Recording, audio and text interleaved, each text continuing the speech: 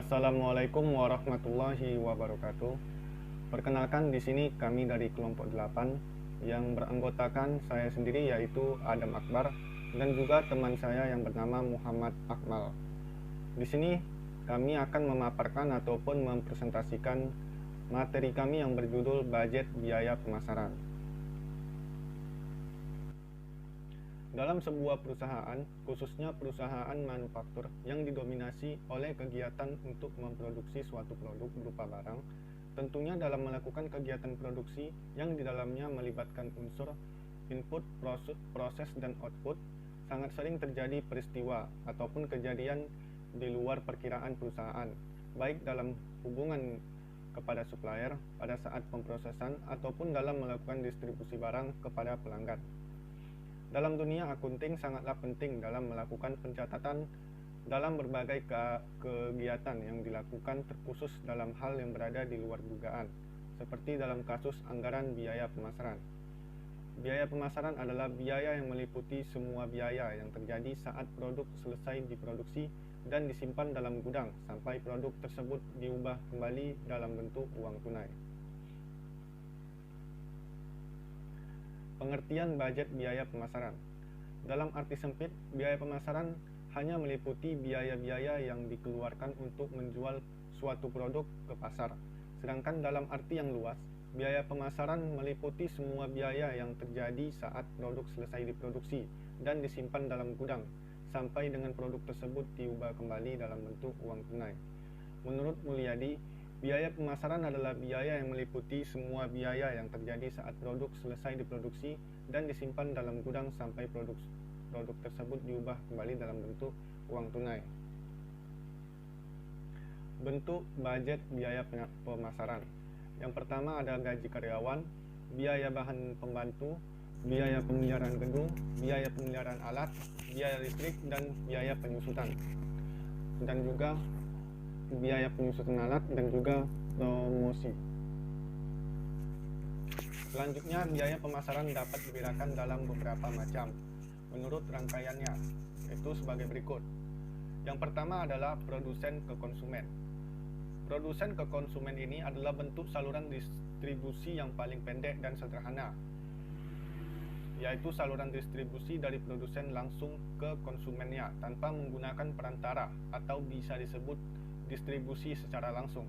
Produsen di sini kurang memperhatikan saluran distribusi yang telah terbangun selama ini. Yang kedua adalah produsen ke pengecer lalu ke konsumen. Ialah suatu hal yang dapat dipengaruhi oleh konsumen atau pengecer secara langsung untuk melakukan penjualan kepada konsumen. Adapun beberapa kriteria produsen yang mendirikan toko pengecer sehingga secara langsung melayani konsumen mempunyai pengaruh kepada masyarakat, berkepribadian tinggi dan dikenal oleh masyarakat.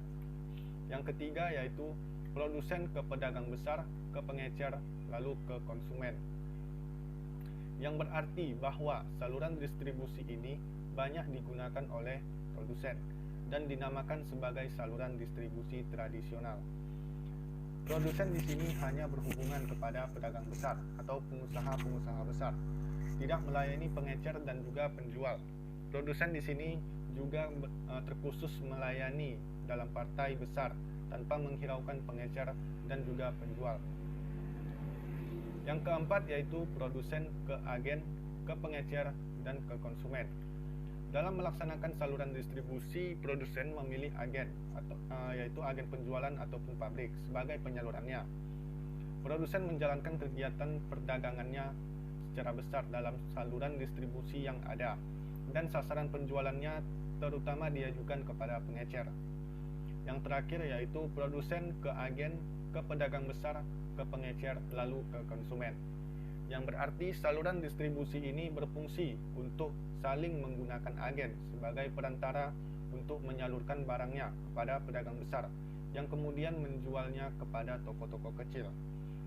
Agen yang terlihat dalam saluran distribusi ini terutama agen penjualan. Selanjutnya yaitu karakteristik dari biaya pemasaran.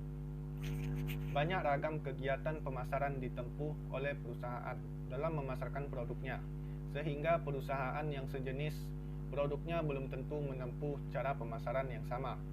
Kegiatan pemasaran sering mengalami perubahan sesuai dengan tuntutan perubahan kondisi pasar. Kegiatan pemasaran berhadapan dengan konsumen yang merupakan variabel yang tidak dapat dikendalikan oleh perusahaan. Manajemen dapat mengendalikan biaya tenaga kerja, biaya bahan baku, jam kerja, dan jumlah mesin yang digunakan. Tetapi tidak seorang pun dapat mengatakan apa yang akan dilakukan oleh konsumen. Dalam biaya pemasaran terdapat biaya tidak langsung dan juga biaya bersama atau point cost atau joint cost yang lebih sulit pemecahannya bila dibandingkan dengan yang terdapat dalam biaya produksi. Selanjutnya yaitu fungsi biaya pemasaran. Biaya pemasaran dalam operasi sehari-hari perusahaan memiliki fungsi yang bermacam-macam, tergantung dari sifat usaha dari perusahaan itu sendiri. Ukuran serta metode operasi diantaranya adalah membantu meningkatkan kemampuan perusahaan untuk mendapatkan pendapatan terus pada periode yang akan datang dan memberi nilai tambah bagi perusahaan tersebut. Setiap fungsi merupakan unit yang homogen, di mana aktivitas dapat dihubungkan dengan bagian khusus dari biaya pemasaran. Selanjutnya adalah penggolongan biaya pemasaran. Biaya untuk mendapatkan pesanan atau order getting cost, yaitu semua dikeluarkan dalam usaha untuk memperoleh pesanan. Contoh biaya yang termasuk dalam golongan ini adalah biaya wiraniaga atau sales person, komisi penjualan, advertensi, dan promosi biaya untuk memenuhi pesanan atau order filling cost, yaitu semua biaya yang dikeluarkan untuk mengusahakan agar supaya produk sampai ke tangan pembeli, dan biaya-biaya untuk mengumpulkan piutang dari pembeli. Contoh, biaya yang termasuk dalam golongan ini adalah biaya pergudangan, biaya pembungkusan, dan biaya pengiriman, biaya angkutan, dan biaya penagihan. Selanjutnya adalah penggolongan biaya pemasaran menurut fungsi pemasaran. Biaya penjualan terdiri dari biaya yang dikeluarkan untuk kegiatan pemenuhan pesanan yang diterima dari pelanggan. Biaya penjualan terdiri dari gaji karyawan bagian penjualan, biaya depresiasi, biaya kantor, sewa kantor, dan biaya perjalanan salesman. Selanjutnya adalah biaya advertensi. Biaya advertensi merupakan biaya yang dikeluarkan dalam kegiatan pemasaran dan pelaksanaan kegiatan order getting melalui kegiatan promosi. Biaya advertensi terdiri dari gaji karyawan bagian advertensi, biaya iklan, biaya pemeran, biaya promosi, biaya contoh atau sampel model, dan lain-lainnya. Selanjutnya adalah biaya pergudangan. Biaya pergudangan merupakan biaya yang dikeluarkan dan dalam kegiatan yang berhubungan dengan pemenuhan pemesanan. Biaya pergudangan terdiri dari gaji karyawan bagian gudang, biaya depresiasi gudang, dan biaya sewa gudang. Selanjutnya adalah biaya pembungkusan dan pengiriman. Biaya pembungkusan dan pengiriman merupakan biaya yang dikeluarkan dalam kegiatan pembungkusan. Pembungkusan pesanan hingga pesanan tersebut dikirim kepada pembeli. Biaya pembungkusan dan pengiriman terdiri dari gaji karyawan bagian pembungkusan dan pengiriman, biaya bahan untuk pembungkusan, biaya depresiasi kendaraan, biaya pengiriman, dan biaya angkut. Selanjutnya adalah biaya pemberian kredit. Biaya pemberian kredit dan penagihan terdiri dari biaya yang dikeluarkan untuk kegiatan pemantauan kemampuan keuangan pelanggan dan penagihan piutang kepada pelanggan. Biaya pemberian kredit dan penagihan terdiri dari gaji karyawan bagian penagihan, kerugian penghapusan piutang tak tertagih, potongan tunai. Selanjutnya adalah biaya administrasi penjualan. Biaya bagian administrasi terdiri dari bagian administrasi penjualan, suplai kantor, penyusutan peralatan, reparasi, dan pemeliharaan peralatan. Selanjutnya adalah analisis biaya pemasaran. Analisis biaya pemasaran menurut jenis biaya atau objek pengeluaran. Biaya dipecah sesuai dengan jenis-jenis biaya pemasaran seperti gaji, biaya iklan, biaya perjalanan, biaya depresiasi, peralatan kantor, biaya operasional, dan pemeliharaan truk dan sebagainya. Analisis biaya pemasaran menurut fungsi pemasaran. Fungsi pemasaran adalah suatu kegiatan pemasaran yang memerlukan pengeluaran biaya. Analisis biaya pemasaran menurut fungsi pemasaran bertujuan untuk pengendalian biaya dan untuk analisa biaya pemasaran menurut usaha pemasaran.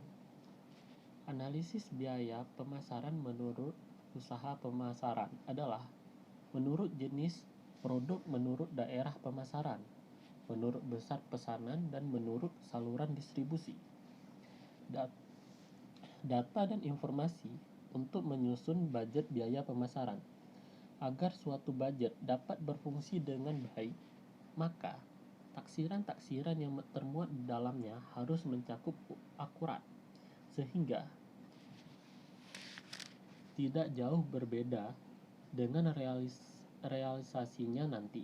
Untuk bisa melakukan penaksiran secara lebih akurat, diperlukan data, informasi, dan pengalaman yang merupakan faktor-faktor yang harus dipertimbangkan dan menyusun budget. Adapun data dan informasi yang diperlukan untuk menyusun budget biaya pemasaran antara lain analis rencana penjualan yang tertuang dalam budget penjualan, khususnya tentang jumlah kuantitas dari masing-masing barang yang akan dijual dari waktu ke waktu selama periode tertentu. Hal ini disebabkan karena biaya pemasaran berhubungan langsung dengan kegiatan penjualan. Jumlah penjualan yang besar akan meningkatkan biaya pemasaran dan sebaliknya, jumlah penjualan yang kecil mengurangi biaya pemasaran.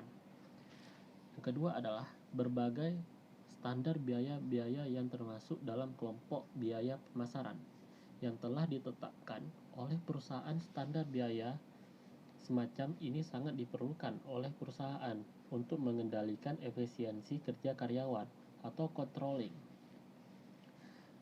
Standar biaya-biaya yang termasuk dalam kelompok biaya pemasaran ini dihimpun menjadi satu dalam anggaran variabel bersama-sama dengan standar-standar biaya yang termasuk dalam kelompok.